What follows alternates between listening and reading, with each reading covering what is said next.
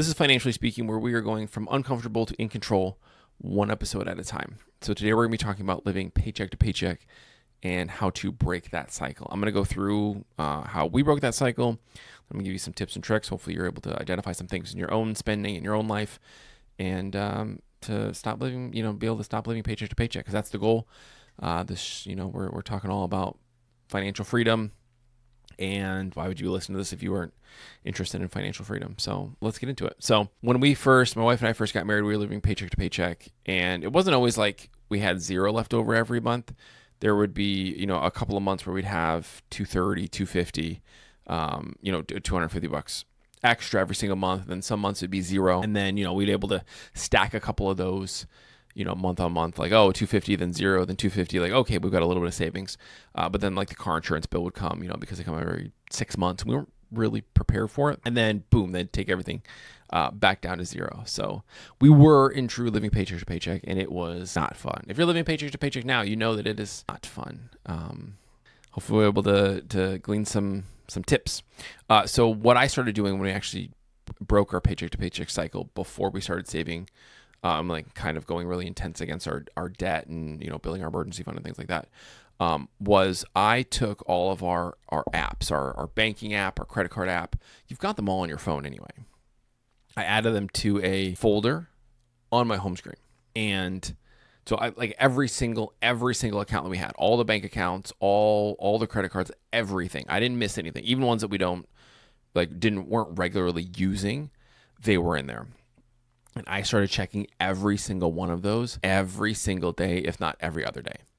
Because then I was hyper aware of how much money we had and how much money we were spending. So like what we really like to do is we like to go to Dollar Tree. But because I was checking all of our statements, I could see like, we're spending $20 here, $25 here, $15-$16 here, and then we're gonna go get froyo after, because it was like in the same like little complex as the Dollar Tree. Because you think you walk in a Dollar Tree, like, I have anything I want. It was $1. This is before COVID, back when it was actually $1, how it still should be now. So I became hyper aware of where our money was going, so how much exactly we had and how much was going out. And then that kind of like led us into like, hey, now that I'm hyper aware of what we have and where we're spending and like the money that's just sitting in our account, like we really need to start being better about budgeting. So the key to not living paycheck to paycheck is knowing how much money you have and where it's going, and then segueing into actually creating a budget and assigning a place for your money to go.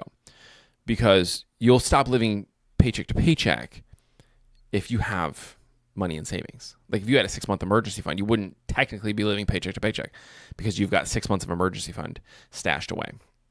So it's like kind of like in the mindset of like, if you woke up tomorrow and all of your debt was gone, how would you feel? Exactly. You would feel good. You would feel free. That weight would be lifted off your shoulders.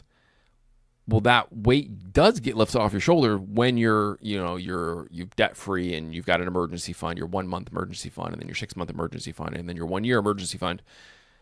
All that pressure goes away, and that you can't see that pressure. You can't see anything but that pressure and that feeling right now because you're living paycheck to paycheck, and so that's really tough.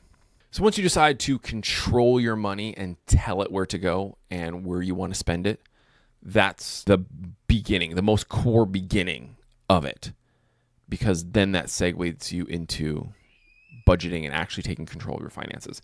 So here's a couple of tips and tricks that might work for you if you're like not really interested in just like becoming hyper aware of where your money's going, or maybe just a little bit less of like a weird nuanced thing. Is track your spending for 30 days.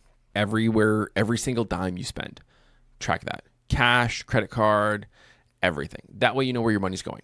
And it sounds simple. This is what you do for a budget. So if you start doing this, you're already on your way to a budget. So that's awesome. Number 2 is identify money leaks. Like, are you still paying for, Peacock TV from when you watched the Super Bowl that one time a couple of years ago and they never canceled it?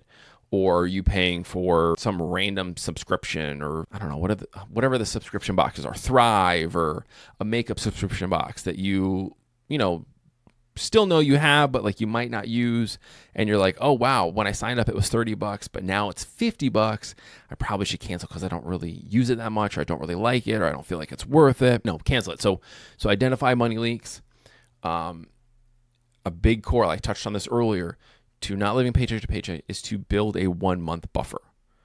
That's the beginning of financial freedom, is building a 1 month buffer, because then regardless, even if you have an emergency, I say 1 month buffer, it's really, it's emergency fund. If something happens, if, the brakes in your car go, or you get in, let's say, you get in a car accident and you have a $500 or $1,000 deductible, as opposed to going more into debt, because if you're living paycheck to paycheck, that means you don't have any extra money at the end of the month, or you're going, or if you barely, you're close to zero.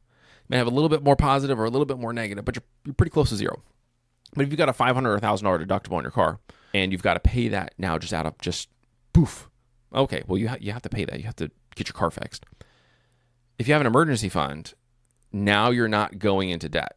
Now you're technically not living paycheck to paycheck because you've got a little bit of reserves. So number 3 was build a 1 month buffer. Number 4 is to automate savings. I know it sounds simple, and you're like, well, why would I want to do that? Because it's like one of that out of sight, out of mind. It doesn't have to be like in another bank account. It doesn't have to be in another state. Excuse me, sorry. It doesn't have to be in another bank. It doesn't have to be in another state. As I'm saying this, I'm just processing through where I send our money to.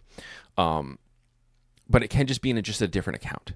Like, okay, everything, my paycheck comes into my checking account, and it usually just sits in my checking account. We'll take that checking account and have it the day that your paycheck comes in, or the day after, have it auto draft. Okay, this is what I'm planning to save for the month.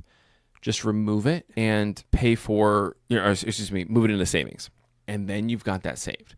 And then there's just this X amount of dollars left to be spent. Hopefully by now, once you start that step, you've already started creating your budget and are kind of starting that journey, because this is a very niche video, niche podcast. So you're kind of in the world already. So you might as well take the dive and start your budget. But you can even, extrapolate that out, and, now I'm auto paying my credit card balance, and I'm auto paying this debt, and I'm auto paying, I'm auto donating to, my church, or my, my tithes and offerings, and just make it as automated as possible, because then there's just less to think of and less to do and less to mess up. Because if you've got, your 10% coming out and going to your church, and you've got your, your other 10% or 15% or 20%, whatever it is, going to your savings, your Roth IRA, it's just less for you to think of. It's just less for you to have to physically do and to manage, because managing your finances is a lot of time. So that was step number 4. And then step number 5 was just cut bills creatively. Like, are there just some services that you can downgrade? Like, do you need gig internet? Can you go to 500 megs or 200 megs? Or, hey, you don't work from home and all you do is watch Netflix, and it's just one of you. Could you go to 100 megs? Could your trash service be, switch to a different company? Could you save 10, 20, 30 bucks a month? Maybe it's possible. If you had it for a while, it's possible. Could you shop for car insurance when your car insurance comes up to renew? Just compare quotes. You might have been the cheapest when you bought it, or sign up for that policy. It might not be the cheapest anymore. Just something to think about. Same for homeowners insurance. But you just have to get creative with it, and you are in control. So you have to tell your money where to go. Otherwise, it's just going to go wherever, because that all these big businesses have their pockets and their end dollars in mind, and they're going to be trying to get your money the best that they can. They're not thinking about your financial future and your savings and your retirement and all these things. They're just they're running their marketing campaigns. They're putting out products like, hey, how can I get their money? Because they're thinking about your money. Whether or not you want to believe it or not, they're thinking about your money and how they can get it. So you got to be thinking about it too. And how can I save it? And how can I set up for my family? And how can I give to the charities that I want? And how can I, give my kids and my grandkids something when I'm not here anymore, or can I give them the life that I never had, whatever it would be for you. So what I was saying was that was somebody else was thinking about it. Those corporations are thinking about it, trying to get you to spend your money with them. So you could also just thinking about your money. It doesn't have to be constantly, just sometimes. Check them every day, check it every other day. Heck, to start out, check it once a week or once every 2 weeks. When I say that, I mean like your credit card, your bank statement, your like how much money you actually have and how much money you have going out. I hope you're able to get at least one little tidbit from this and that you're able to apply that to your life today to make small changes to go from uncomfortable to in control.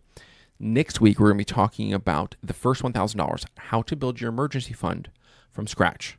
I'll see you then.